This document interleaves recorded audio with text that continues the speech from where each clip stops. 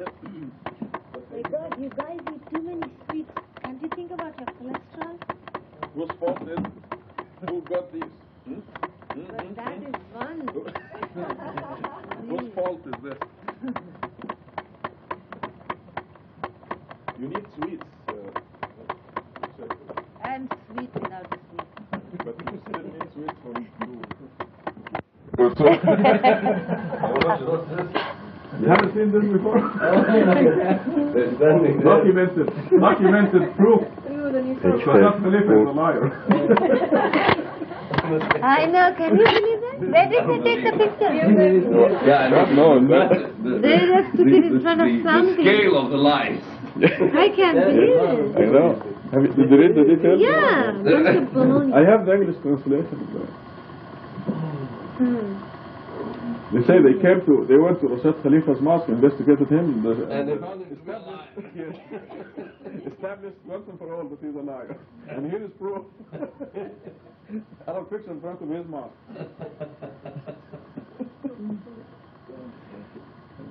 أعوذ بالله من الشيطان الرجيم. بسم الله الرحمن الرحيم. 448.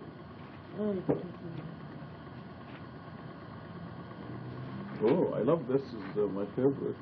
Let's go to 447. What the heck? It starts from the beginning of the surah. Well, this is my favorite part. The people of heaven visit their relatives and friends. It's true. Every one of us have some relatives and friends who will be there. We're going to go visit them. We won't feel sad. No. Because, didn't you know, you missed the ways people go to hell.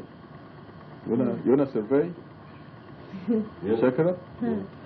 Mahmoud's specialty. He surveys the methods of going to hell. Go ahead, number one. Number one, the deck under the Tunnel tunnel under the fence. That's number one. Number Well, two. I don't understand. No, number one is the storming. The storming of the gates? Okay. Okay, yeah. They storm the gates of hell. You know They what? want to go to hell so bad. A group of people carrying big log, and there is the gate of hell, and they're breaking into the tree, they're storming the gate to These go are the in. disbelievers? Yes. But they got so many warnings. They They're want insisting on going. So this is number one, storming the gate. Number two is tunneling their way under the fence. Is it in the Quran? Number three, almost. We'll get to that later, but listen to this first. The method. This is what we realize on the day of judgment, and this is why you will not be storming the sad. gate Yes, storm and the then gate. tunneling under it. Wait. This is to answer your question. Are we going to feel sad for the people in hell? Yeah. This is your question. Here's the answer. We're going to find out on the day of judgment. This is how they got to hell. Some of them stormed the gates. Number two, some of them tunneled their way under the fence. They tackled the 19 angels who guard hell and tried to beat them. Number three, listen. the fall. Paul Walters.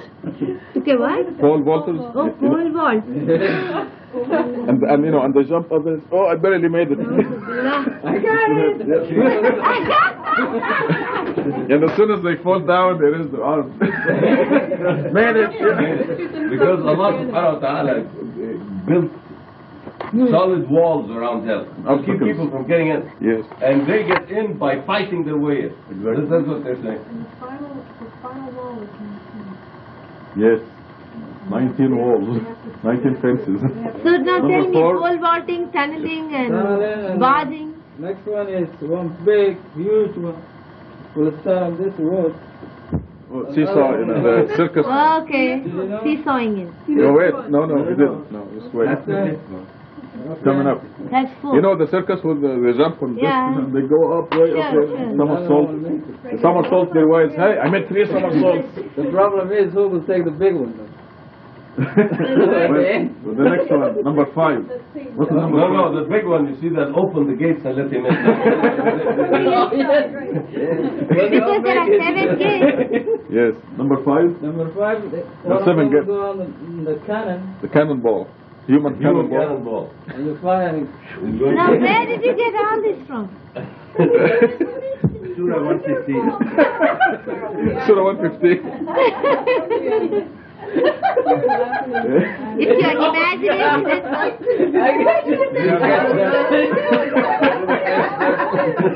You didn't get it first. No, but in the Quran it says that the people will try to come towards heaven. And then they won't be able to stand it and they'll go back. They'll keep going back, they'll try to go and come back and try to go and come back. No, and here they're pole vaulting. Yes, no, we're talking, but now they're doing this. See, now they're, like for example, how do you explain the guy who tell him Surah Qaf has 57 qafs? Yeah. He says no, the word fahaqqa, because there's a shadda on it, it's 2 qafs. It's fahaqqa qaf. It's not 57, it's 58. There's no miracle there. How to describe this guy? Now this guy is trying a cannon. No. God doesn't want them to go to hell. God wants them all to go to paradise. In fact, Surah 39 says God does not They like insist on going to hell. There you go. That's the answer to the question. So we will not be sad because we will realize that they tried all these methods to force themselves into hell. They jumped the fence. This is the only thing I was using because this is what I used to do. When there was a soccer ball in my hometown, and they're fighting for the final championship, and they have at the club the soccer balls, the 2 champion teams coming to my hometown, and they have police on horses patrolling the fence out there. I was really an expert on jumping fences. That was a high fence, like 7 feet. With the things pointing at the end like that. So I wait until 2 horses are facing the other way and then run. And I'm in the club to watch the game. Must have been 7 years old. You know, in India they have walls with a glass on top. Right, they have something in it. It doesn't stop them though. It doesn't, yeah. I used to climb over it and go and steal grapes. There you go. And one day the guy came behind me. You know, my grandfather, he's the dean of Usmania University, my grandfather. And I used to do these terrible things. My sister and I, we jumped it and we went into the grape garden and we stole the grapes and we jumped back. The man came behind us with a stick. You never forget that? He came behind the stick. And my uncle, you know, the Nizam of Hyderabad. He is the architect for the Nizam of Hyderabad, and they were constructing this big thing for the Nizam, my uncle. And he took us there, and this is what we are doing. And my uncle was so ashamed of us that he just said, these people don't belong to I don't know them. I never saw them in my life. I don't know. It's grape seeds. We were little kids. I don't know these people. Who are these things? I don't know. So I used to jump the fence to get into the soccer game. And this people in hell, we will realize that they insisted. They jumped so many fences to go to hell. You see, what you did, Abu Rosh, you waited till the guards weren't looking. Right. These guys go and attack the guard. Yes, exactly. In fact, they said that if 19 are the guards of hell, leave them to me, some big guy. So your imagination, he used his imagination to these 5 things? No, he has more. Yes. He has 19. We are thinking of the ways and means that they are forcing themselves. Yeah, some of them can go in a tank. How about balloons? Yeah. You don't have a tank for that day. They can go with that, what do you call Hot air balloon. No, balloon's not very good, not very good, because you see, hot air rises. It's about the kite. So if they get they will not the balloon, it keeps going up. But he will not go. He'll jump from it or something. The kite. He's talking about the kite. The kite, no, that's the flying kite. It's hang glider. Isn't it a kite also? Same name? Yeah, this is an excellent subject for Mad Magazine. Hang glider. And they can use trampoline. There's a profound word coming up here that also adds to jumping the fence. Something that happened to Ismail. It gives an example of the disbelievers jumping the fence into hell. Because the second verse here uses the word Zajrat, Zajra, which I translated here as the blamers. Some guy came to Ismail and said, what is a Zajrat? You know, he leaves all the straightforward verse in the Quran and he's asking, can you tell me, if you are so clever, you and Reşad and your people, and what the Zajrat is? Ismail said, goats. Okay, will this satisfy you now? Okay, now what? It's a strange word. You see, Zajra means to blame. Yeah. Okay, Zajrat, the blamers.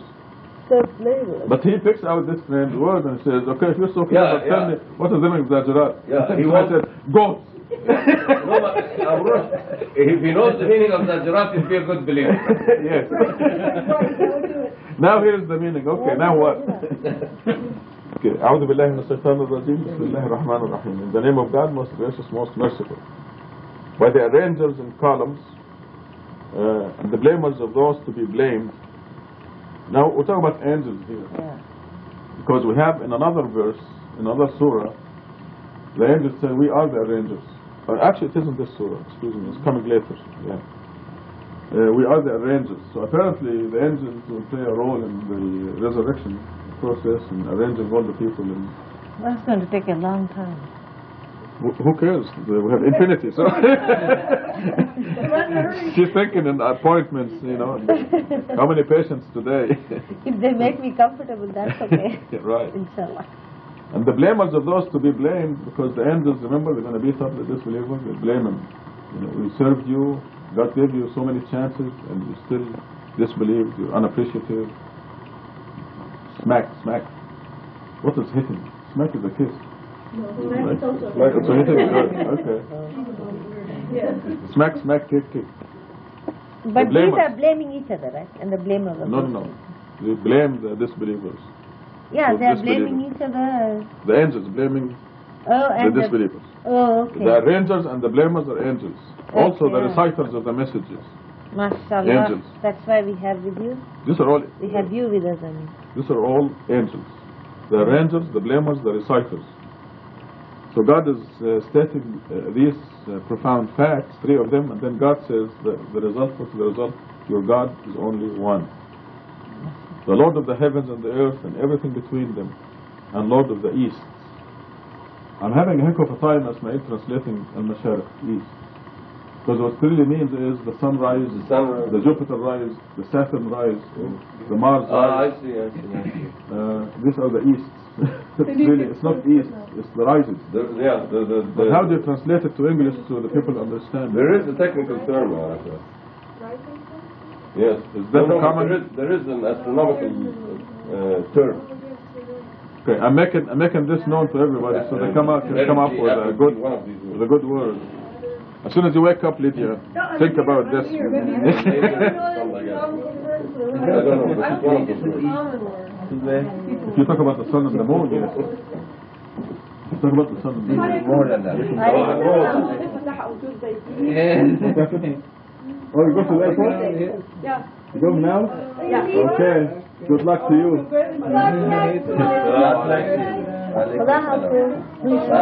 This is my sister. She's going now to take her medical exam. ECFMG. ECFMG. I didn't see her yesterday. Yeah, she was here. She's very, she hides. She's very shy. Oh, okay. I should have brought her to you. Well, I'm sure she'll do a good job. She's giving her ECFMG? Yeah. What is it now? It's January. Yeah, they have it in January. Yeah. February 20th. Yeah, this tomorrow. is the day. No, 23rd, Tuesday. Yeah. Mashallah. This is the month. Yeah, your God is only one. So now the Lord of the East, you know what it means now. Well, one time I was in Washington D.C. and the question of Ramadan came up. So I reached for the newspaper, the Washington Post, to show the person that the new moon, you could see the new moon in the paper, and it would tell you when the new month is. You don't need to go out and look through the clouds for the moon, which is very thin slice, impossible to see with binoculars and all this. Especially if you're blind like Ben Baz and trying to decide when the you know. So, well, you know what I found in the Washington Post? You can pick it up in any drugstore. They have the whole solar system. Yeah, in the paper, in Vancouver Sun. Yeah, but I was really amazed. Yes, yes, we have the sun and the moon here. Yes. But the Washington Post and probably the New York Times, the major newspapers, I know the Washington Post does it every day. I mean, if you want to see what time Saturn rises, and the new Saturn, it's just you have to be dedicated though, because I don't even know what Saturn looks like. Which one has the rings? Saturn. Saturn has the rings. Yeah, but you can't see it with the naked eye. You need the scope. Mars is red, you can, Yeah, but I'm colorblind. To me, they're all alike. And also the time they write is different. Yeah, of course. Those people are so behind, you know.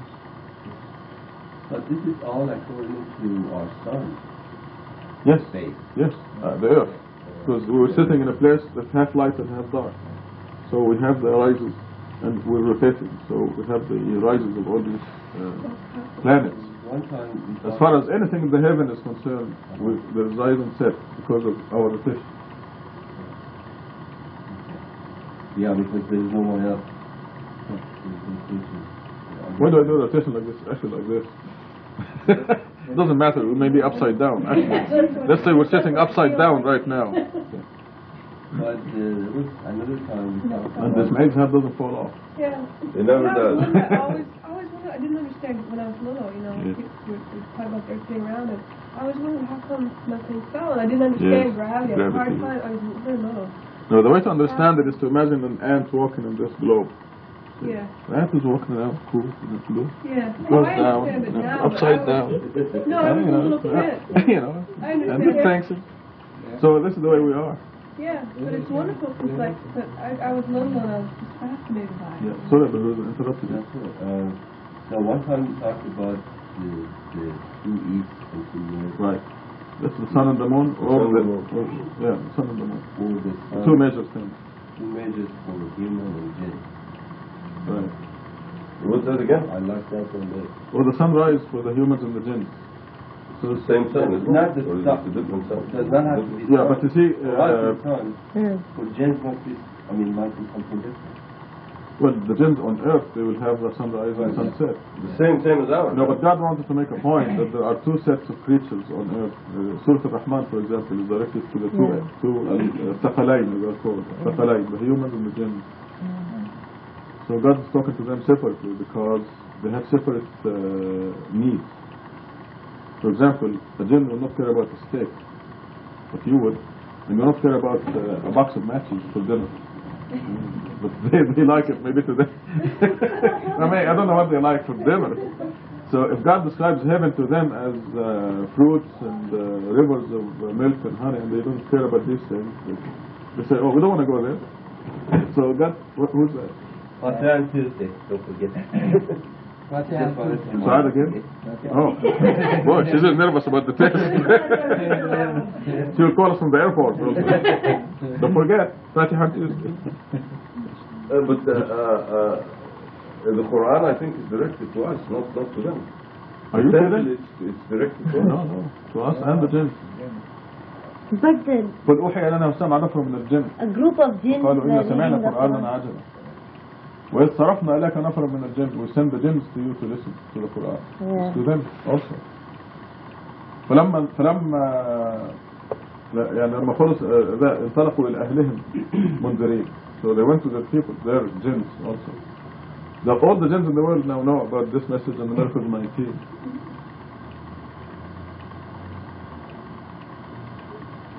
So what does it mean when it says Lord of the two easts and two wests? Again, it's the sunrise and moonrise, sunset and moonset. Or according to the rules. Ismail, if you ever think of that term, this astronomical term, Yeah, maybe you can call the astronomy department again and see what this means. How can you express it in an English word? There's one word that says exactly that. Yes. We have the best astronomy departments here. One of the best in the world. Hmm? Yes. Okay, since you're familiar with them by now. You keep calling them. Ask them, how can you express in one English word the rise of Saturn and Jupiter and Mars and Venus and the Moon? Can't you say rise of the planet?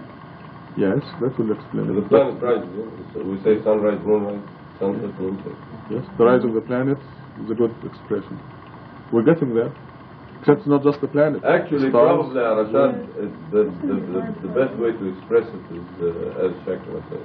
Yes, the rise of the stars and the planets. Because this is easily The understood. rise of the heavenly bodies. Yeah, if you use the technical term, Heavenly bodies people will distract they people. won't know. Heavenly bodies will confuse them. Yeah, well, let's see what they come up with. It may come up, may tend to be a beautiful word, very expressive. And then people have to... Yes, that's a good idea also. But anyway, this is what east means here in number 5. Number 6, we have adorned the lowest heaven with beautiful stars. Those billion trillion stars are in the lowest, innermost, and smallest of the 7 universes. And number 7, and guarded it from every evil devil. This is the prison cell for Satan and all his angels, the devils. Satan and his angels. It's a good expression. Remember yesterday we were discussing... What do you mean Satan and his angels? Because Satan is a temporary god here, right. and the devils are his angels. They help him, they work for him. But we shouldn't call them angels. Well, Satan's angels. Yes, you can use this expression. For example, God calls the believers say, kafarna bishirkikum. We are kafirs of their idolatry. Yeah. But the word kafir is generally used for the disbeliever, a pagan. So we can use that. It's actually a very expressive yeah, it is very expressive, term. but it is confusing if somebody doesn't already know a lot about the Quran. Well, but when you say Satan's angels, it's understandable. Yeah. Once you say Satan's angels, actually it paints a picture of a God with a small g and his assistant. Hell's angels. Motorcycle gangs. Okay, number 7, guarded from every evil devil. They cannot spy on the high society. They get shot from every side. They are doomed. They have incurred an eternal retribution. If any of them ventures to charge the outer limits, he gets struck with a fierce projectile. Ask them, are they more difficult to create or our other creations? We created them from wet mud. Of course, it is from the evolution point of view, wet mud is significant, which is water. You know, Reshma told me that. Because God keeps repeating that He created us, life came from water, and then He says He made us from clay. So I said, my God, you know, and Reshma said, Mummy, how simple it is. He just took clay and He mixed it with water and He made you. Yes. She told me that. She told me that. So good. Good thinking. Evolution is a divinely guided process. Number 12. While you are awed, they mock. How true this is. Yeah. Because we are awed by everything that God created. And they mock and ridicule. We are worried for our necks. Yep. When reminded, they take no heed. When they see proof, they ridicule it. They say, this is obviously magic. After we die and become dust and bones, do we get resurrected? Now this is number 16. I always emphasize, because if you take the total picture of the Quran, this is not what they utter audibly. It's something in their mind, inside their heart. They keep thinking. Even they are not aware of it. I used to think like this too. Even though, you know, I'm a Muhammad, I used to be a Mohammedan. I used to think exactly, how am I going to be reborn? Right. It's not, you know. Well, it's a natural question for a growing person. And that's why God gives us 40 years to think about it, to ask these questions. 17. Yes? Wet mud. Mud is, we know when we think about mud, we know it's wet. How the Arabic using the same mud, the word mud. It means a lot of water. Mud that has a lot of water. Tin and lazim. I mean, okay, let's take, you have clay, you're holding clay in your hand. Right. Okay. If you add water to it, what happens? It goes mud. It has mud already. It is mud already. Wet. If you're holding it in your hand, you add more water, what happens? Comes wet mud. He wants you to say that. No, it comes softer. You can't even hold it in your hand. You have to put it more malleable. So you can that's hold the description here. Tin lazim here means you cannot hold it in your hand. You have to put it in a glass. Oh. Very soft. Wet mud. Where are we? 17. Even our ancient ancestors say, yes, you will be forced. It's not up to you. 19. All it takes is one nudge, whereupon they stand up looking. They will say, woe to us, this is the day of judgment. Oops is going to be a very popular word. To be nice about it. No? Like that. That's enough. I got it. Don't show him Mahmoud. Because Mahmoud will show your arms like this. Like this and then again. Ouch. 21. 21. This is the day of decision that you used to disbelieve in. Summon the transgressors and their spouses and the idols they worship beside God. Guide them to the path of hell. Don't worry about spouses. It's rarely that two spouses make it. It's very rare. It's rare to have two people in the same town make it. Let alone. Summon the transgressors and their spouses and the idols they worship beside God. Guide them to the path of hell. Stop them and ask them. 25. Why do you not help one another? What happened to you? They will be on that day totally submitting. No more temporary godhood to anybody. Finished. The test is over.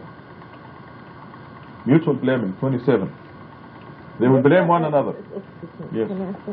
Sure. They cannot spy on the higher society means God and above the lowest universe. Right. Beyond the first universe, where there are major decisions being made. For example, one angel is charged with sending an asteroid to hit Saudi Arabia. Right. Okay, and that angel is coming on the way, and they're talking with each other. The jinns can if they have access to that area, they will hear it, and they'll come and do something about it. Hey, you feel like that, but then in the Quran it says the jinns are so dumb sometimes. Because remember when Solomon died, they couldn't even make out that he was dead for a while. But when he fell down, they knew. Then they knew he had to fall down. Well, yeah, I mean, if obviously one angel is telling the other one he's going at the speed of a million times the speed of light, telling his friend, "Where are you going? You want to send an asteroid to Saudi Arabia?" You know, everybody will hear that. Anybody in the vicinity. Well, no, they may be communicating. Mental, exactly. And these guys can. Yeah, I'm just putting it on our terms. They can intercept communication. Yes. You tell this to the people that think they're crazy. Yes. They just can't. They can't comprehend. They don't believe. Look, let me tell you something. Most people don't really believe that they're going to die. No, they know they're going to die. You're quoting the Quran. They believe they're not in their heart. Yes. It doesn't cross their heart. It doesn't cross their minds that they're going to kick. Not me. Yeah. You can't conceive of anything. It's the evidence doesn't die. Right. It happens all around them, and they forget it very quickly, you know. It's all somebody else. So when you tell them they're coming back, forget it. I know it amazed me when we calculated the end of the world. It amazed me how many people were really upset. I never forget the Mufti of Syria. You know, it was announced in Algeria at the conference, and this guy was pounding. I'm sure he broke a few bones in his hand. He was pounding on the thing. He said, "لا تأتيكم إلا بغتة." It comes to you too suddenly. Yes, it comes to you suddenly. For him, yeah. Yes. For him, it's going to come. I told him that. I said, for you it will. 13 times in the Quran. Only for the disbelievers it will come suddenly. Yeah. Because he was quoting this expression in the Quran, and consistently in the Quran, only the disbelievers it come to them suddenly. And that guy went through fits, you know. Yeah. Because really they don't some kind of active epilepsy. Why did he create us in the first place? I mean, just even as souls. Why? God? Yeah. Why? Are you related to Adib? No. Why? We will know why.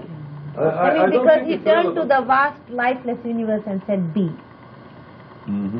Why? Well, why? I have to quote God's quote in the Quran. You don't ask him why. Why you did that? Yeah.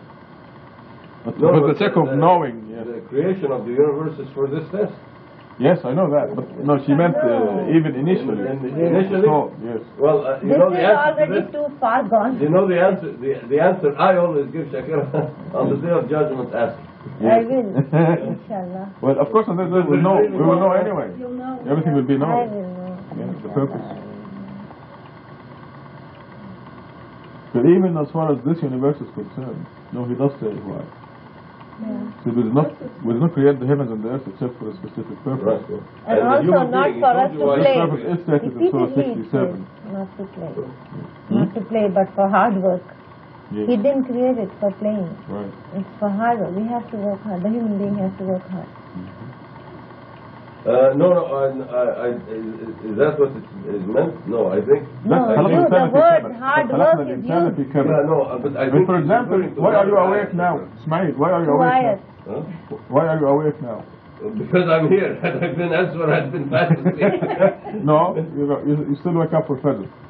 I think what Shakira is saying, Rashad, is that Allah subhanahu wa ta'ala, I don't know where, the quote, but he says that he did not create this universe.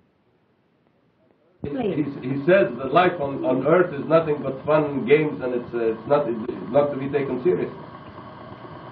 I don't understand what you're saying.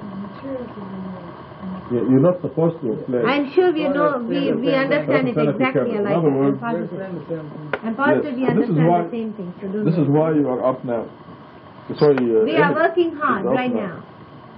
Yeah. We are working hard right now. Yeah. I'm not working out. We are having a good time, mashallah. No, but if you didn't come across this message, you will be fast asleep at this moment, right now. Yeah, so according most to people God, out this there, is work. This is work. Here comes my favorite impersonation. They're all...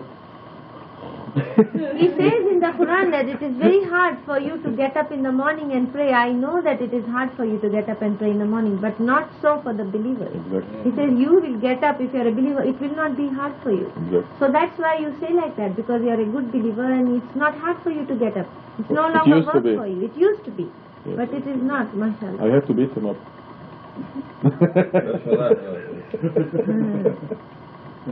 And he specifically says about the morning prayer. Ismail, especially Ismail, because he's a night owl. He goes to bed like 2 or 3 in the morning, and in Vancouver, the night is half an hour. But you know, I'm sure it must be with everybody. But you know, Rashad Sahib, I'm so afraid to miss one namaz. Yes, God bless you. I'm so afraid. Yes. I just panic. I have to be up, otherwise I panic. It gets easier and easier. Yeah. See, at first it's difficult, then it becomes easier. That's but for Ismail, you missed what I said, that the night in Vancouver is a half hour. You pray Isha and then you shouldn't sleep. Just stick around for 20 more minutes and you pray Fecr. Yeah, that's what I do. Many cases the night I go to bed after Fecr. In the summer. You know, Vancouver, when, I was in Alaska in July, it never became... It doesn't darken. I had the picture that I brought into Reşad. That picture is from Alaska. And they had a time-lapse photography of the sun just touching the horizon and going back up. But how do you get sunset, the night, and sunrise in there? 2 seconds when it just touches. July 21st. While I was in Vancouver June in July. 21st. I was in Vancouver in This July. last July? Yeah. Oh my God, you should have met our people there. But in July I was not a believer. Oh, not yet, yes. Next time be sure we will give this marathon. Yeah. We went to Alaska, we went up to the Arctic Pole, we went up to Denali National Park and Fairbanks. It's been aflame since then.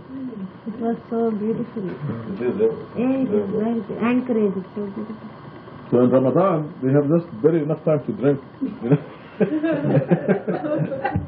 In fact, it's impossible for me anyway. It's impossible to eat 2 meals.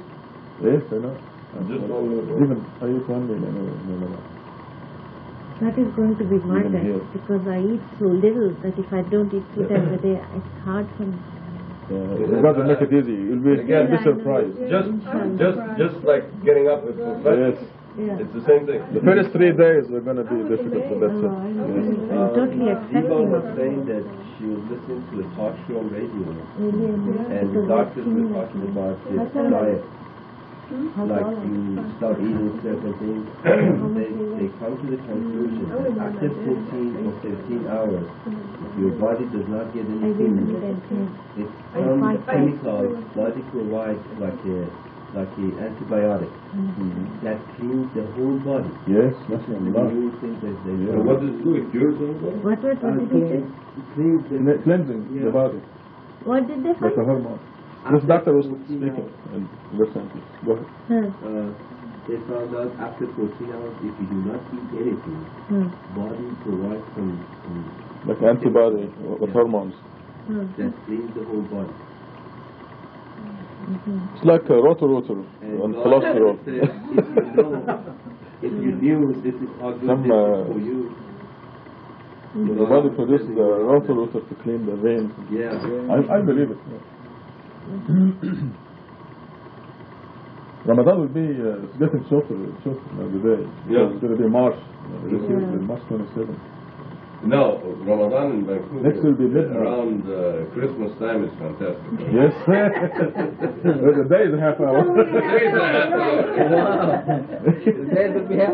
You know, all I used to do was I don't usually eat a big lunch anyway, but all I did was miss my coffee in the morning and my coffee in the afternoon. That was the extent of.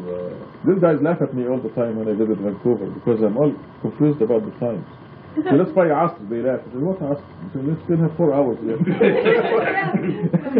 I go up there in the summer, it's real strange. I normally go to bed early. Yeah. I tend to go to bed and then wake up and play the night because I've already gone to bed before the night prayer came in. Yeah. That's So right. I have to wake up and pray the night and then go back to bed. Yeah, I used to do this a lot in summer. I'd go to bed and then wake up for Isha. And then stay up for Fecr and No, I don't do that. It's a lot of fun anyway. So Lydia visits BC every year. definitely Ramazan is starting on 27th. Inshallah, yes. Inshallah. But why do they make such a big deal of it, the moon and this and that? I mean, every year there's a big hassle. There's a big hassle. I mean, they never. We can tell them Ramadan 100 years from now. They screw up every year. Yes. Every year. Every year. They never fast. Always, you know, Last year it was very India has strange. one Eid and Pakistan has another Eid. All the time. Every system. They never In had Egypt, it on I the same day. understand that, Rashad, they use astronomical means. No, they don't. They write it down. Astronomically, Ramadan will begin on March 27th. Yeah. But the stupid mufti has to tell them it's the 28th or the 26th. Yeah. It was never the right day. And I mean, he seems to go out of his way to oppose the astronomical. And Eid will be on 25, 26. 26. Last day is 25, April 25. And you know, they come up with the dumbest obfuscations that it is impossible to determine when the moon appears. I said, what are you talking about? Darn Americans put a guy On the at a certain moon. spot within 2 feet of the spot on the moon where he's supposed to be. Right. And you guys can't even see it. Jesus Christ. Is it okay to say Jesus Christ? No. But I say it all the time. Jeez, I say jeez all the time. Yes. Cheese, yes, maybe. I say cheese, so it's mine. I can't say Jesus Christ? No. Try to avoid it. Why? Because you grew up with it. I know, but I mean, I'm asking why you say Jesus Christ. It's a commemoration. But usually you say it in negative. But Satan doesn't know that. Satan points and you say he's commemorating Jesus Christ. Oh, yeah. Because of Jesus is dead. Really? Jesus will take the appearances. And I like Jesus. You stop this one? Yes, definitely. God willing, it's the last time we say it. Yeah. See, Satan hates you know that. And he will play dumb. So Ismail Barakat is commemorating Jesus Christ. God will tell Satan, you know what he means and I know what he means. I don't care, Satan. Crybaby, he's the biggest crybaby. He is the biggest crybaby. Yes. And invariably God will grant him, because we give him the excuse. So God grants him his excuse. He says, okay, go fix Ismail. I'll say something, but then everybody has to, God has to forgive him. Yeah. Sometimes I think he was getting bored. Who? So God was No, I never. No. It's the people in heaven. This way she said, God forgive me. Because even in heaven, the creatures will never be bored. This is two things that will never happen in heaven. Being bored and being tired. He didn't say bored. He said, I will take away your worry, I will take away your jealousy, I will take away your tiredness. He didn't say, I'll take away your bored. Yes, bored, yes. Bored? He took away being bored. You will never be bored. It says that in Yes, the Quran. 14 or 15, I forget. Okay, don't worry about it. So long as you tell me, I'll take care of it. Yes, take my word for it. Mutual must be awfully boring, you know, because you've got a couple of trillion years. I keep thinking I'll do pelvics there. Yep, anything you want. Every day will be different. There's no days. One day. I know. One last day. There can't be any days because the days It will be are everlasting. We don't know whether it will be day or night or what. One last day. Will we sleep? Will we? I don't know. It'll be fun. Everything is Mutual blaming 27. They will blame one another. They will say to their leaders, you used to come to us from the right side, meaning pretending to be righteous. Yeah. From the right side. 29, they will respond, it is you who were not believers. We never had any power over you, it is you who were transgressors. We incurred our Lord's wrath, and now we have to suffer. We misled you only because we ourselves were misled. Thus, they will all suffer the retribution on that day together. This is how we required the guilty. Now, why are they in this bad position? Because of the following verses. When they were told, La ilaha illallah, there is no other God beside God, they turned arrogant. If this is invariably the case, tell them La ilaha illallah, they beat you up. In fact, I have it on video. Did you watch this video of Bilal Phillips? I have this video of Bilal Phillips. It says now Reşad Halife exposed himself. He says La ilaha illallah and that's it. Can you imagine that? He's telling the people. All he says is La ilaha illallah.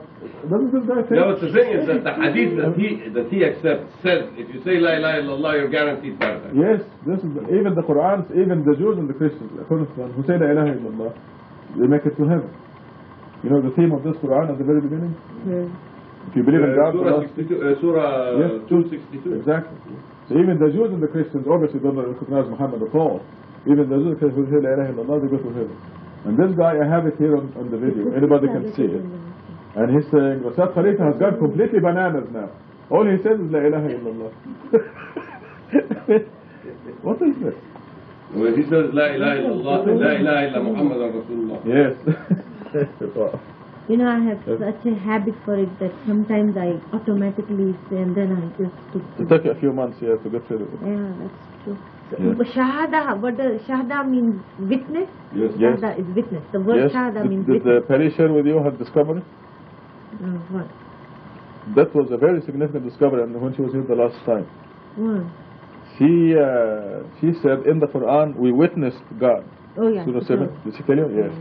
But we never witnessed any of the messengers. Yeah, of We never course we bore witness God. Because it Yes. says very clearly. Yes. And that's why God states the Shahada in the Quran in 3:18. Yeah. As La ilaha illallah. And here it is again. Yeah. Verified. Why are they in this dilemma? When they were told La ilaha illallah, they turned arrogant. No, but in the They Quran, said, shall we leave our gods for the sake of a crazy point? Wow. This is what this guy said. But in What you say? in that Yes. verse, God says, remember He brought us all in front of Him. Yes. And then, so it's very clear there Yes. that we saw Him and He told us that. Yes, and the word Shahada is used. Do you bear witness, I am your Lord? Yeah. And we said, we bear witness. Yeah. Qalu shahidna. I mean, God uses the same word. Oh, you didn't hear this before. That was a very good point that Perivesh brought up. The word Shahada only applies to God in the Quran, yes, that was the word. No, but it's a fact. It's the Quran. God says, وَإِذْ أَخَذَ رَبُّكَ مِنْ بَنِي آدَمَ مِنْ ظُهُورِهِمْ ذُرِّيَّتَهُمْ وَأَشْهَدَهُمْ عَلَى أَنفُسِهِمْ أَلَسْتُ بِرَبِّكُمْ قَالُوا بَلَى شَهِدْنَا. So this is in the Quran that every human being on earth So God. witnessed that God is our God. That's the Yeah, But we but never, that's very but we never clear witnessed also. that Muhammad is a messenger of God, or Isa is a messenger of God, or anybody is a messenger of God. Yeah. So But I to say understand Ashhadu that anna very Muhammad clearly. Rasulullah is a lie. In fact, that's why God says when the hypocrites say Ashhadu anna Muhammad Rasulullah, God says God knows you are His messenger, and God knows they are liars because they are stating a lie. Yes. Even though the body is witness, but the persons, the souls never witness that. So it's a very good point. Number 36, they said, shall we leave our gods for the sake of a crazy point? In fact, He has brought the truth and has confirmed the messengers. Most assuredly, you will suffer the most painful retribution. You only pay for what you did. Only God's servants, or absolutely devoted to Him alone will be saved. They have deserved provisions that are reserved specifically for them. All kinds of fruits. They will be honored therein in the gardens of bliss, on furnishings close to one another, enjoying cups of pure drinks, clear and delicious for the drinkers, never polluted, never exhausted. With them will be beautiful or handsome companions, protected like fragile eggs. The people of heaven, the people of heaven visit the people of hell. They will confer with one another. One will say, I used to have a friend who used to mock. Do you believe all this? After we die and turn into dust and bones, we get resurrected. It will be proclaimed, just take a look. When he looks, he will see his friend in the heart of hell. He will go to him and say, now, number 50, wow, verse 57, Surah 57 is where we see the disbelievers begging for some energy, some light from the believers in hell. Yeah. You know those light bugs, Ismail? Those light bugs? When the believers go to visit their friends, because the main feature of hell is darkness. Yeah. They will be like the light fireflies, or the light bugs. And in 57, the disbelievers are begging, say, let's have some of your light. They'll be starving for energy. And we see it here again in 57. 56, he will go to him and say, by God, you almost ruined me. If it were not for my Lord's grace, I would have been with you now. 58, do you still believe that we die only the first death, then we never are requited?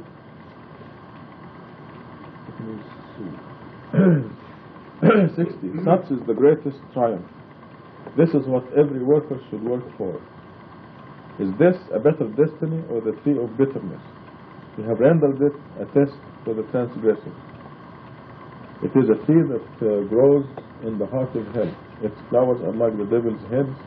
They will eat from it until their bellies are full, then top it with a hellish drink, a couple of Bloody Marys.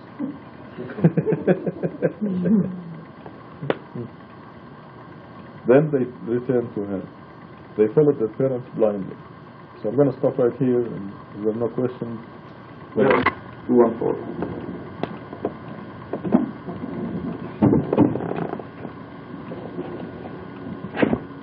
Page 214.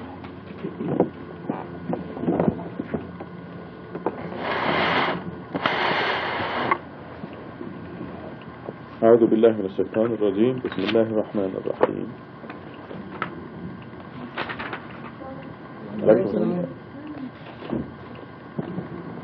Some of them look at you, but can you guide the blind even though they do not see? God never wrongs the people, it is the people who wrong their own souls. On the day when He summons all of them, they will feel as if they lasted in this world only 1 hour, during which they met. Losers indeed are those who disbelieved in meeting God. They are not God.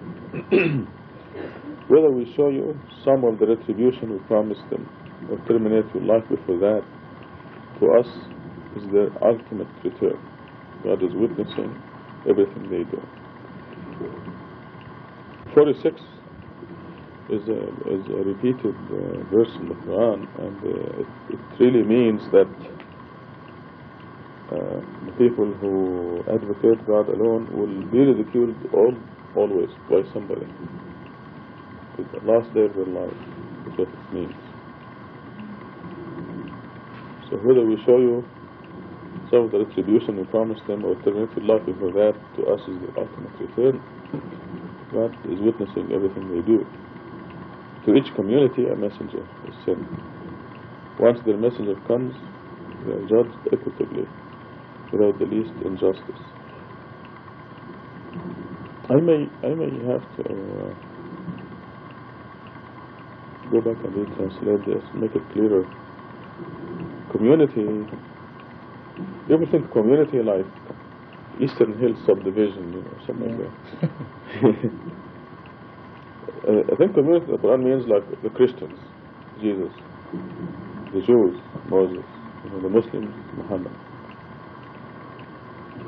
This is what it really means. So it is not a community or a generation. It's a congregation. It would be the congregation. To each congregation, a messenger. You have the Baptist, the Presbyterians. There are different congregations. Each faith? Yeah, it's something like that.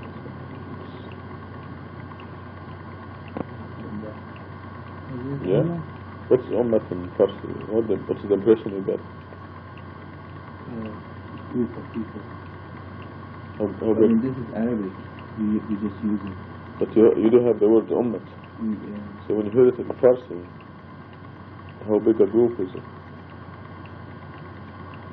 How do you apply it in Farsi? It's just a big group. Oh, okay. In the Quran, this is what it means. And you have to express that. I'm going to go through. This word in Farsi is not used except in the translation of the Quran. Oh, okay. We use it Not in the daily language. No. Like the ummat must listen to this. Like the even people, this, they use that. Yeah. Because of the word of Quran. Yes, the ummat is in trouble. Yeah. This means the whole Muslim ummah. Right. Means all the Muslims in the world. 48. They challenge, when will this asteroid come to hit us if you are telling the truth? The messenger possesses no power. Say, I possess no power to even harm myself or benefit myself. It is God who will decide that. Only what God wills takes place. Each community has a predetermined lifespan. Once their term comes to an end, they cannot delay it by 1 hour nor advance it. Say, now here, each community has a predetermined lifespan. Community here is like the Roman Empire, for example. There's a time for it to end. The Byzantine Empire. The American Empire. It's like a whole nation, a country.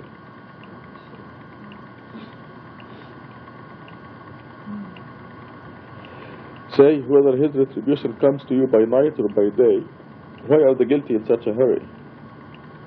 If it does happen, will you believe then? Why should you believe then, when you already have challenged it to come? They may be like Pharaoh, when they see the asteroid coming. Asteroid. Article today in the paper. Oh, really? Yeah. Oh, wow. The asteroid. When it hit the earth, how would you bake it? Cook. You're kidding? I know. And you're sitting there in the corner quiet. I haven't seen the papers. Is it? Well, how do you know? Yeah. How did you know? Oh, at the I read it. Oh, he clapped.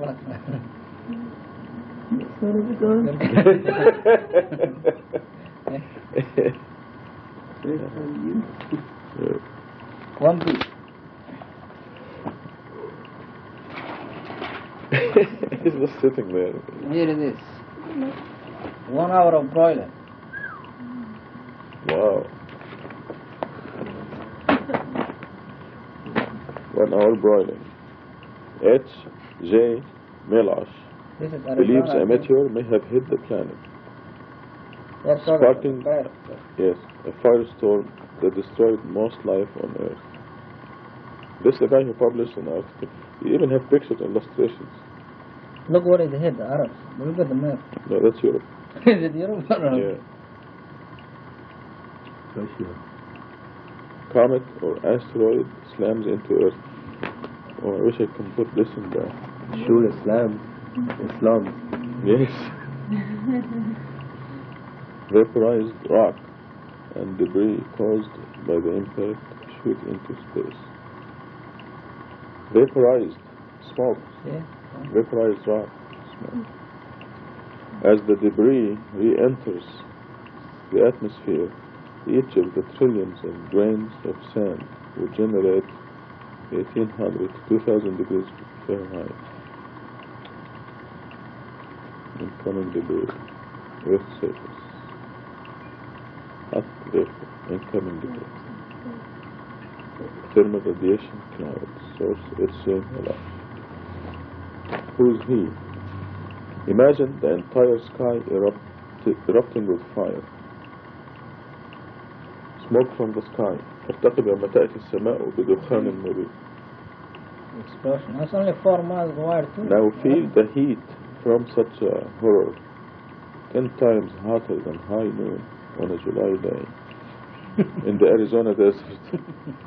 Not enough to ignite much of the world's forests, like so much timber. Not enough to broil steaks, dinosaur steaks. So this is UA planetary scientist H.J. Miller and his colleagues say in an article published this week in Nature. Okay, this is the one I was talking about. Last week in Nature.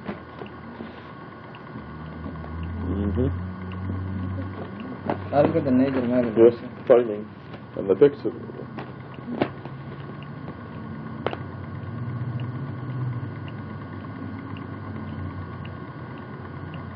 Yeah, I have to rewrite that article now. Thanks, Mahmoud, for working us. Thanks for your job.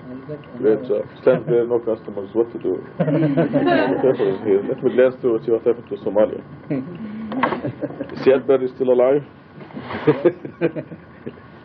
Still kicking.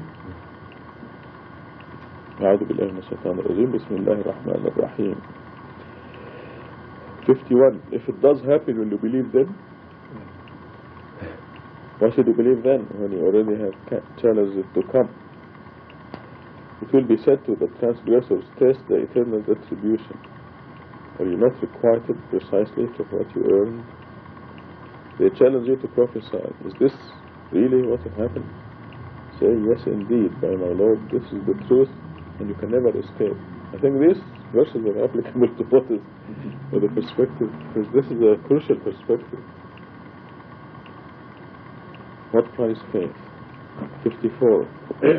If any wicked soul possessed everything on earth, it would readily offer it as ransom. They will be ridden with remorse when they see the retribution. They will be judged equitably without the least injustice. The thing about these asteroids is that they can come in any sizes, you know. I mean, this is what he says killed the dinosaurs. So it doesn't have to be the size. I mean, they come in any size that God chooses. Everything will be measured. And the description of Surah 44 is that obviously to not end life on earth.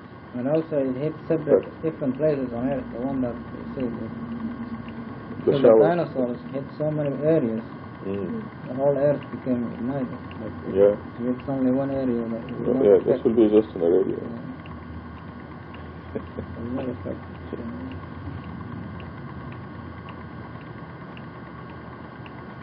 They don't say what is he holding in his hand. Is that a globe? Huh? Globe. I don't know if it's a globe or not.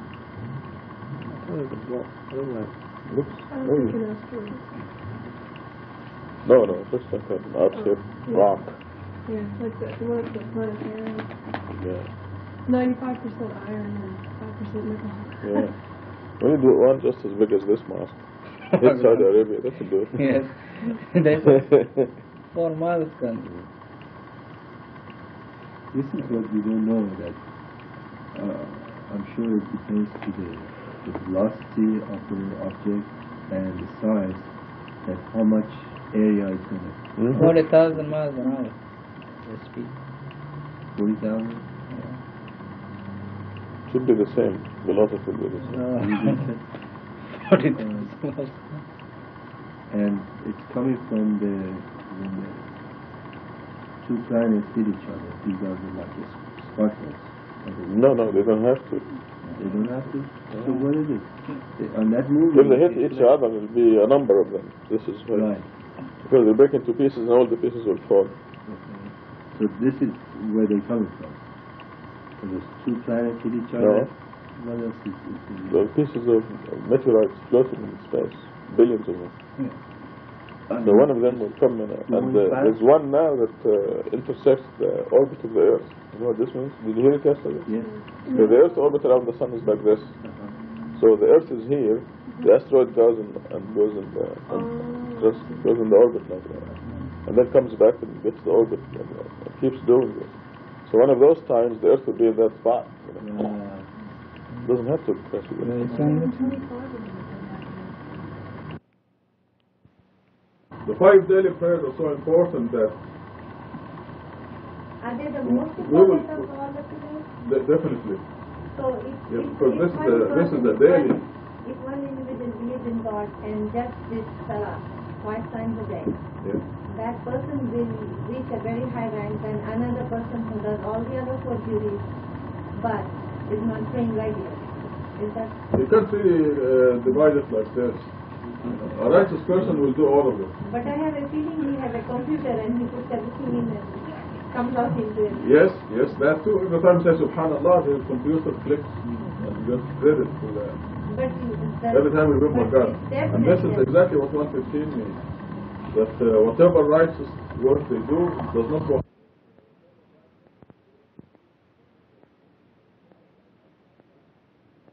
Who believe, do not befriend outsiders who never cease to wish you harm and wish to see you suffer. Hatred shows through their mouths, and what their chests hide is even worse. We have clarified the revelations for you, that you may understand. 119. Here you are loving them while they do not love you, and you believe in all the scripture. When they meet you,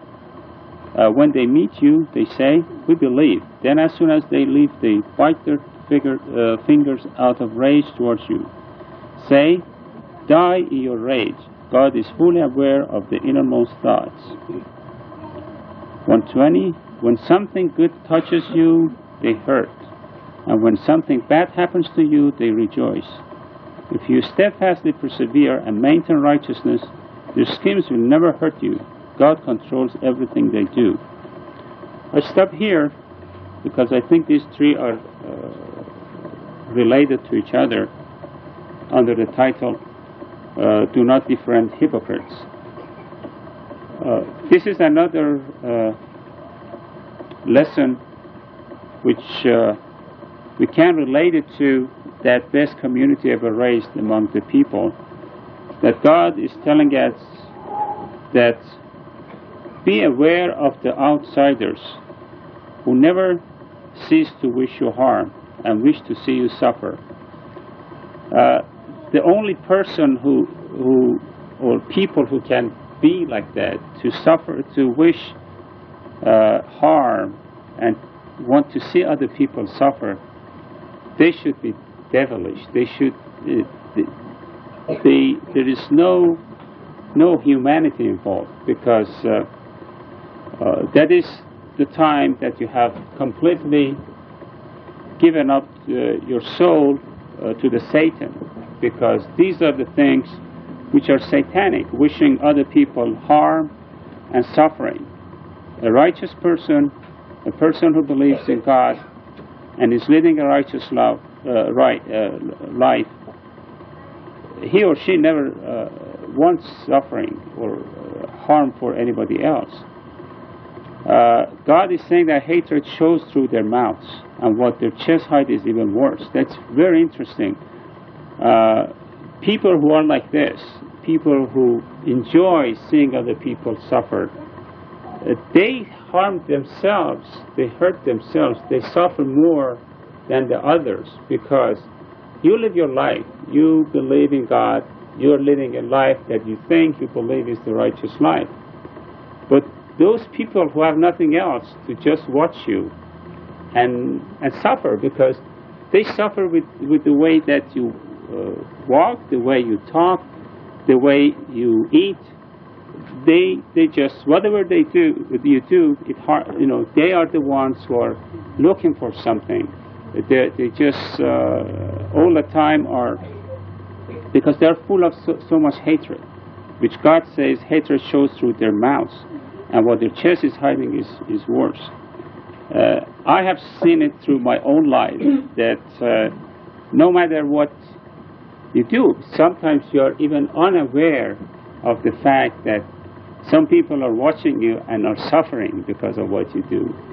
You just do it naturally because of your beliefs, but others who are watching you, they get hurt. They just, either it's unacceptable to them or for no reason. For example, if I go and tell a friend that I go to Friday prayers, first of all, they look at me and say, hey, what is wrong with you? You know, what are you up to? You know, why you go to? Because it is the tradition in the Muslim world that either you are stupid and follow God's revelation, especially among the educated, or you are after something. Other than that, there is no reason for you to go to a Friday prayer or go and spend your time reading the Quran. This is the fact. So they, as soon as they hear that, their receivers in the radars start collecting all the signals, and you wouldn't believe how many channels they have to receive. You're emitting on one channel there, but they have million channels receiving. So they are the ones who worry about it. You don't worry. You're just doing what you believe is right, and hopefully it is. And but they are the ones who are worrying. What is going on, because although they say that they don't want to follow you, they don't want to do the same thing that you do, but somehow, for some reason, they are so much interested. They want to see. They want to, why. And when you tell them, then it's like talking to a stone wall. It's for you that you may understand. Here you are loving them while they do not love you, and you believe in all the scripture. This is why you love everyone else, as God says in the verses that I referred to. A righteous person, a believer, doesn't see any distinction among anybody else and sees everyone the same. That is what we have a lot of discussion with my own kids, who are sleeping, both of them, more or less, about racial issues. How we can blame other people for being racist, how we can blame other people looking at us differently rather than looking, similar to everybody else.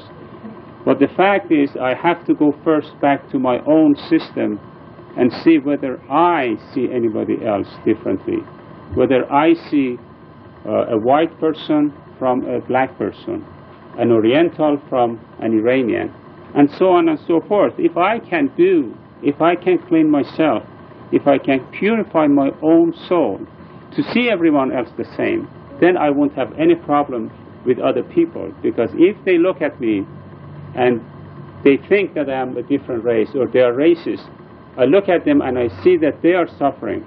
As God is saying exactly, they are the ones who are suffering.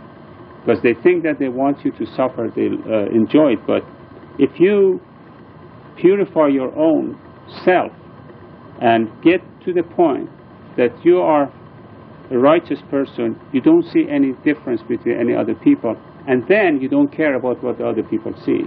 And that is what is expected from you. When they meet you, they say, we believe. I think most of us have that experience. Then as soon as they leave, they bite their fingers out of rage towards you.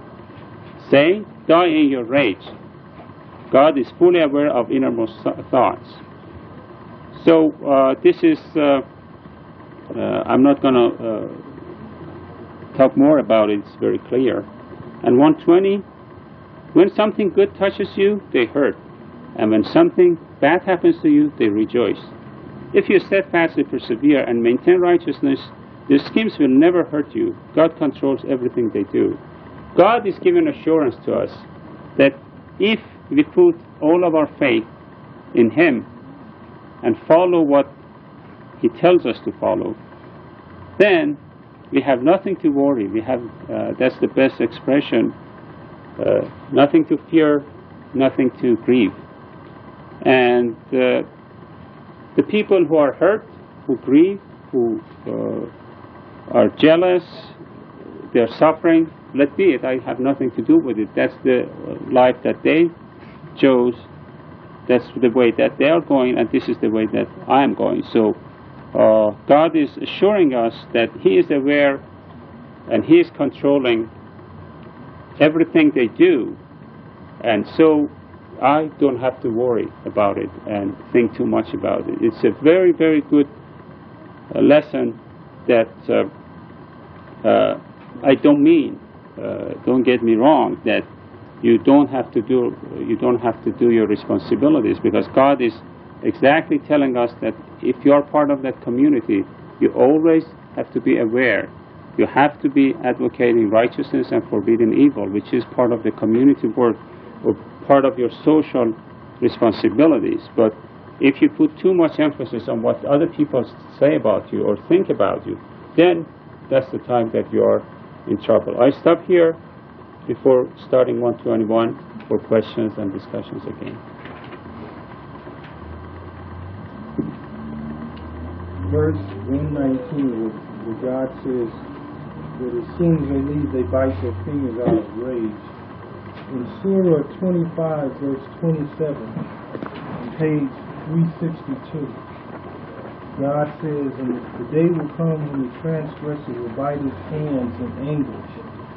What I think is interesting here, very beautiful and interesting, is that God says that He knows what is in the chest. And He says in Surah 3, verse 119, He's fully aware of the innermost thoughts. This tendency to bite one's hands in an abnormal way and bite the fingers is very common when a person is angry or enraged or suffering. They may appear to be otherwise, but this is something that's actually recognized as possible. One kind of indication that a person has this anxiety and anguish, and God knows it. And I see these two verses where we're talking about anger and rage, and God knows what is in the heart, and He knows what human beings do. Certain habits they develop as a function of whether or not they're in a state of peace or they are in a state of anguish or rage. So in that sense, God is aware. He knows the relationship between behavior, certain habits, the things we do, and what's happening inside of us. And we see the major thing here of the anguish, the rage, and the suffering.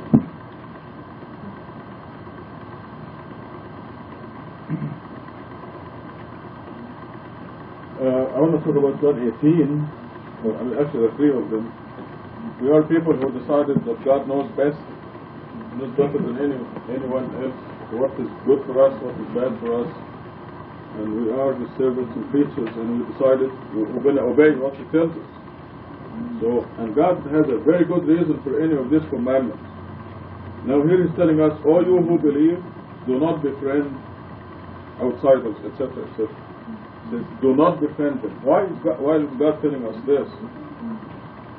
You know, from the experience we've seen in the last 12 years in this message, it's because these people, the outsiders, these people may take you away. And we know what this means. Actually, they will do everything possible to stop you from being here, from continuing to worship God and follow His commandments. And this is the biggest disaster that can ever happen to anybody. And we've seen it happen, we've seen the consequences for those people. And then God is giving criteria and descriptions of these people. So, a good subtitle here will be run for your life. When you meet these people and sense that they are not totally in agreement with following God's commandments, for example, if they mock the Friday prayer, I'm telling you, I've seen people who were dismissed from God's grace because of not doing the Friday prayers. They didn't have excuses. You have a very good excuse, but God knows between you and God that you cannot possibly make the Friday prayer. That's fine, but these are people who, in their mind, it is not important to do the Friday prayer. When God says, when the Friday prayer comes, go to the Friday prayer and drop all business. God is saying this. So I mean, we're either believers who follow God and obey Him, or we're not. There is no in between. God is saying, all you who believe, do not befriend outsiders who, etc., etc., all the descriptions. What is God's interest in this? Our welfare. Because if we mix with them, they will influence us. And there is that chance or that possibility that may take us away from the path of God, and this is the biggest disaster. Especially when we come this close. I mean, you're sitting here at noon witnessing miracles. Right? Witnessing miracles greater than Moses' miracle when he threw down the staff. So after seeing all this, when you see God's commandment, God says do not befriend them. Maybe you can talk to them, but befriend is a very dangerous disobedience of God. According to the unbelievers, the most powerful tool, and they do not afford of discussion with people on the subject. But those people here, they don't have any days or any discussions. Those people they are feeling, they are not sincere people. They are playing both sides. And for this reason, those people to befriend these people will not give you anything. You will not gain anything from them. They will not gain anything from you because really they are not sincere. Yes, only they will give you bad things. Of course, you can try to help them, guide them. But once you've done this, you deliver the message, you try to help them, and then you find that they are not responding, and they continue their defiance of God and mocking you and so on. Run for your life. It's a very important command. We don't take God's orders lightly. All you who believe, do not befriend outsiders who never cease to wish you harm, etc. And we take this seriously.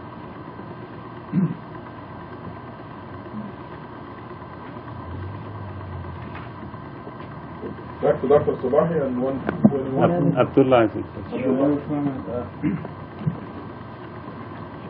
The believers are recognized, the righteous people are recognized by the people who don't believe in the hereafter. And the reason they want, although they say they don't believe in what you're doing, deep inside they think you might be right, and they are scared. They want you to be in the same pot with them. And the only way they can see is that you're wrong, is something bad will happen to you, and they look forward that something will happen, bad happen to you, but it never happens, or if it happens, they rejoice. If it doesn't happen, they're outraged inside. They're inside. It's just because deep in their heart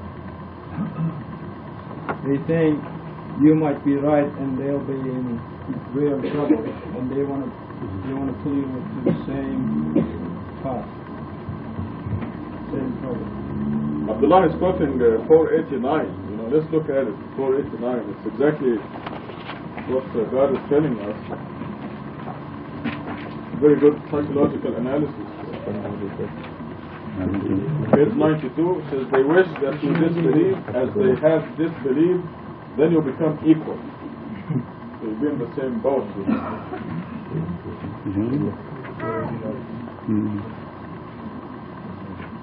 They feel that, I don't know, I have a feeling that they sense your soul. The size of your soul kind of bothers them. You have a shrunken soul, you go there and you take over. So they want you to be in the same boat as they are. Okay, 121, the Battle of Badr. 121, the Battle of Badr. Recall that you, Muhammad, set out to assign to your people their positions for battle, and God is here, omniscient. 122. Two groups of you almost failed, and God was their Lord. In God the believers shall trust. Thus God gave you victory at Badr, even though you were weak. You shall observe God to show your appreciation. You told the believers, is it not enough that your Lord supports you with 3,000 angels descending? Yes, if you steadfastly persevere and maintain righteousness, then they will then they attack you suddenly, your Lord will supply you with 5,000 angels, well trained. 126. God gives you this good news to reassure your hearts. Victory comes only from God, the Almighty, Most Wise. 127. He thus annihilates some disbelievers or neutralizes them, so they end up in failure. 128. It is not up to you. He may redeem them or punish them for their sins. 129. To God belongs everything in the heavens and everything on the earth. He forgives whomever He wills and punishes whomever He wills. God's forgiver, merciful. I stop here.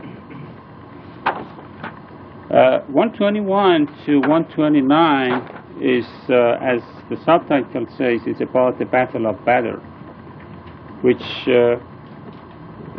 I think, or it is the first battle that Muhammad and his followers had to fight against the disbelievers.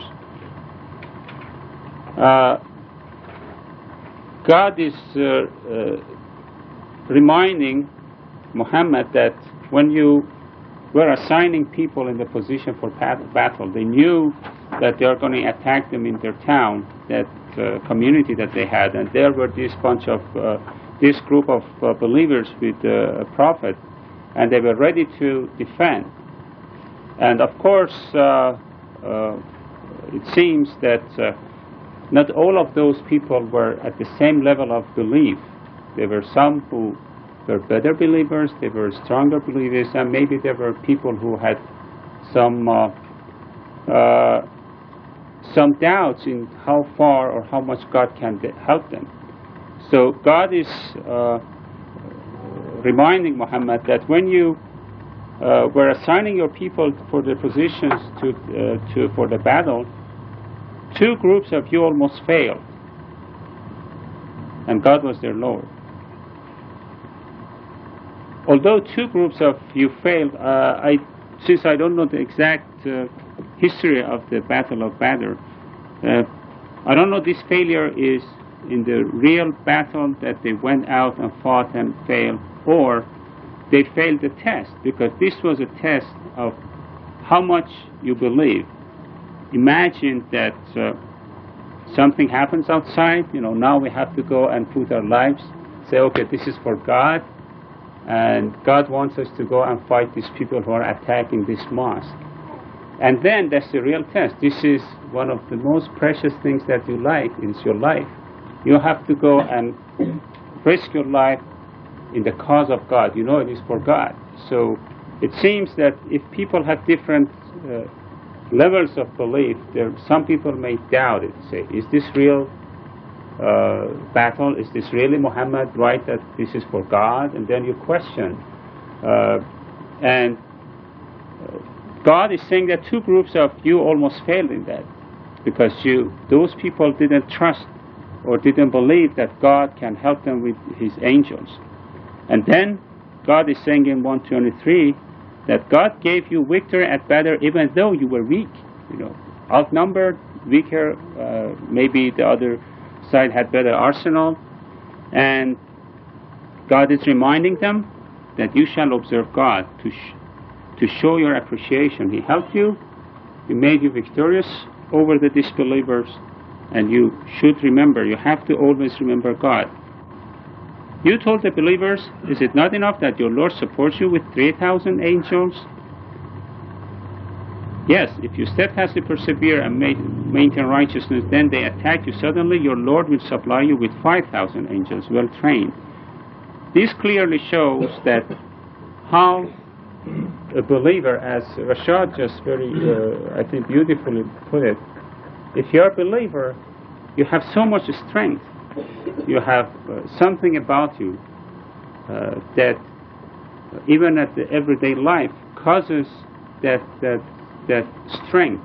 It shows in your system. You walk, you talk with more strength, with self-confidence, because as was mentioned in today's khutbah, since you believe in God, you believe in someone who is the superior force, who is the creator of the whole universe.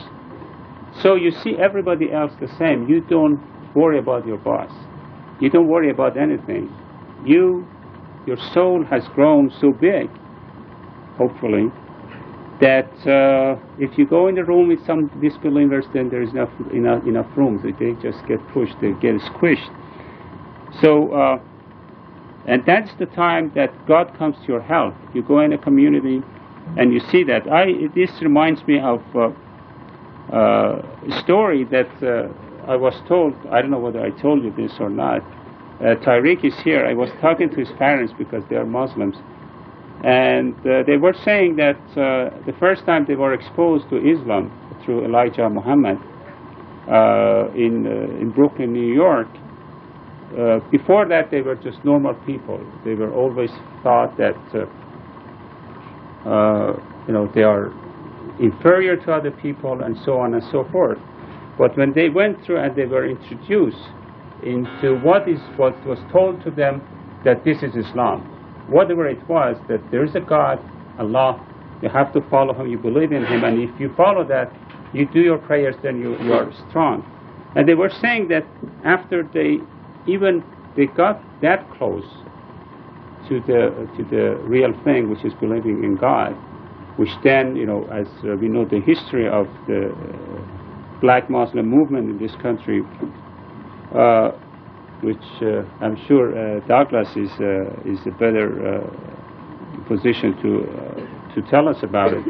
But the thing that was interesting to me was the strength that they said they felt with this. They said that all of a sudden they felt that God is giving them so much strength that they would go to places that they never imagined that they could go. They would go to places which were drug dealers with shotguns, and they were saying that they would go to these places, and all of these nastiest people in the world that live in that area were afraid of them. Even they had shotguns, even they had knives, even and that shows, this is an example, but God is telling us exactly that if you believe in Him, He's going to support you. The angels, the numbers that are given here, which in the footnote, you can see that the numbers that occur in the Quran are multiple of 19. God is giving these numbers and telling us that in everyday life and also in the real battles that has happened in the past and may happen in other forms. It doesn't have to be battles that you fight with bombs and guns and so on. Everyday battle with believers, which nowadays is mostly through communications, then God is going to help you to be winners. 126, God gives you this good news to reassure your hearts. Victory comes only from God, the Almighty Most Wise. This is the reassurance that God given us, the good news. It does annihilate some disbelievers or neutralizes them so they end up in failure. It is not up to you, 126, He may redeem them or punish them for their sins. After you have done your work, you have done your job, it is not up to you. I don't know why always when I teach one of these verses come up, that it's not up to you. It's He may redeem them or punish them for their sins. So you have to do your homework, you have to do your job. The rest of it is up to God to decide what He wants to do with the disbeliever. To God belongs everything in the heavens and everything on the earth. He forgives whomever He wills and punishes whomever He wills. God is forgiver, merciful. I stop for discussion and questions here. Well, I have lots to say here. Any questions before I say that? Okay, first of all, I urge you or encourage you to go to any public library and look up the Encyclopedia Britannica under Badr, B-A-D-R. And in the Encyclopedia Britannica, they give you the numbers of equipment on both sides, the disbelievers and the believers. And you can see, according to those numbers from history, that the disbelievers vastly outnumber the believers. There are at least 10 times as much in every category. I mean, 70 camels against 7, things like that. Actually more than that. Look it up in the Encyclopedia Britannica. And then you look at the outcome of this battle, and they say that militarily it doesn't make sense. The outcome doesn't make sense. Of course, they couldn't count the invisible forces, the 3,000. You don't see the 3,000 angels on the side of the believers. And so this will be quite important. In that, how do they describe each side? Do they describe it as believers and disbelievers? Yes, this is Muhammad's side and the pagan side. It's quite fair. What I read, there was many years ago when I read it. So let's go and look for it in any public library, any encyclopedia Britannica under bed, and you'll see this. It's in the history of Islam also, life of the Prophet Muhammad. But see, Britannica is a neutral, I pretend to be neutral.